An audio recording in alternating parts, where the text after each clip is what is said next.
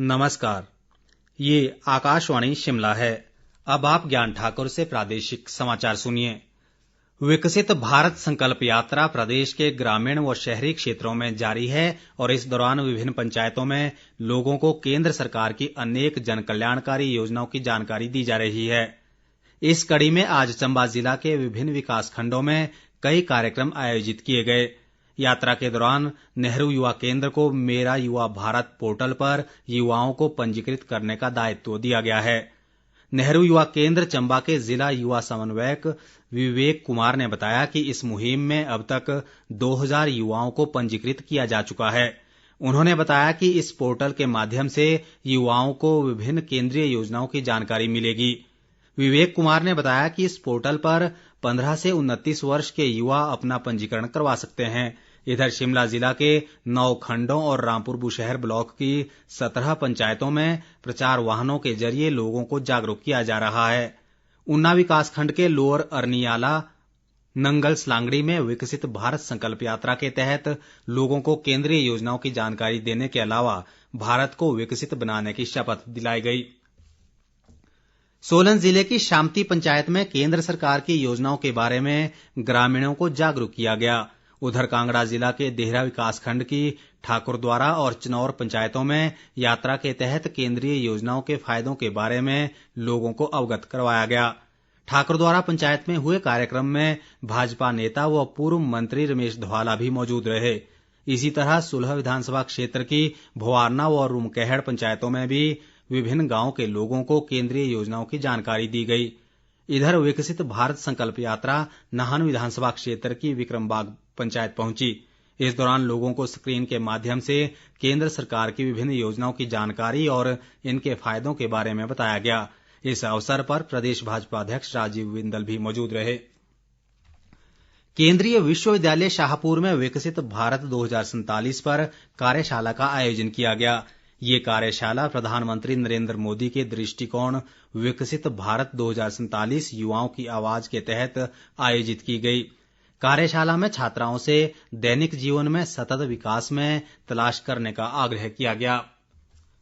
कृषि मंत्री चंद्र कुमार ने कहा है कि प्रदेश के किसानों की आर्थिकी सुदृढ़ करना सरकार की प्राथमिकता है। वे आज शिमला में कृषि व पशुपालन विभाग की समीक्षा बैठक की अध्यक्षता करते हुए बोल रहे थे। उन्होंने कहा कि प्रदेश में जनवरी 2024 से गोबर खरीद योजना शुरू की जाएगी। कृषि मंत्री ने कहा कि शुरुआती चरण में योजना के तहत एक ब्लॉक में 250 किसानों को पंजीकृत किया जाएगा और छोटे सीमांत व प्रगतिशील किसानों को लाभान्वित करने के उद्देश्य से उनके क्लस्टर बनाए जाएंगे।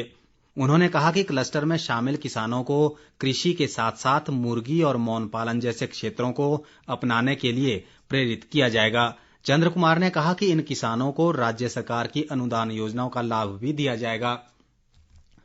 लोक निर्माण मंत्री विक्रमादित्य सिंह ने आज सुन्नी तहसील के बसंतपुर स्थित वृद्धाश्रम का दौरा कर व्यवस्थाओं का जायजा लिया। उन्होंने यहां रहने वाले लोगों को बेहतरीन सुविधाएं उपलब्ध करवाने के अधिकारियों को निर्देश दिए।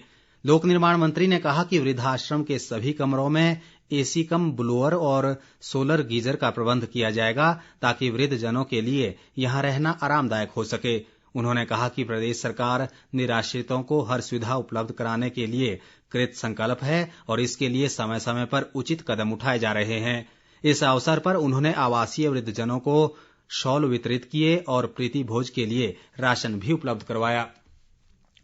मुख्य संसदीय सचिव सुंदर सिंह ठाकुर ने आज कुल्लू जिला के निरमंड में 3 दिन तक चलने वाले ऐतिहासिक बूढ़ी दिवाली मेले का शुभारंभ किया।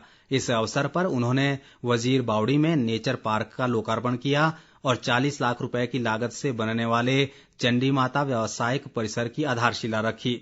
सुंदर सिंह ठाकुर ने कहा कि निरमंड व आनी क्षेत्र को पर्यटन की दृष्टि से विकसित किया जाएगा और इस दिशा में कई विकास कार्य प्रगति पर हैं। प्रदेश के मुख्य निर्वाचन अधिकारी मनीष गर्ग ने प्रदेश भर में 2 महीने तक चलने वाले ईवीएम प्रशिक्षण अभियान की शुरुआत आज पालमपुर से की। उन्होंने ईवीएम ट्रेनिंग वैन को हरी झंडी दिखाकर रवाना किया। मनीष गर्ग ने बताया कि निर्वाचन आयोग द्वारा तैयार की गई मोबाइल यूनिट प्रत्येक पोलिंग स्टेशन में जाकर लोगों को ईवीएम के बारे में जानकारी देगी।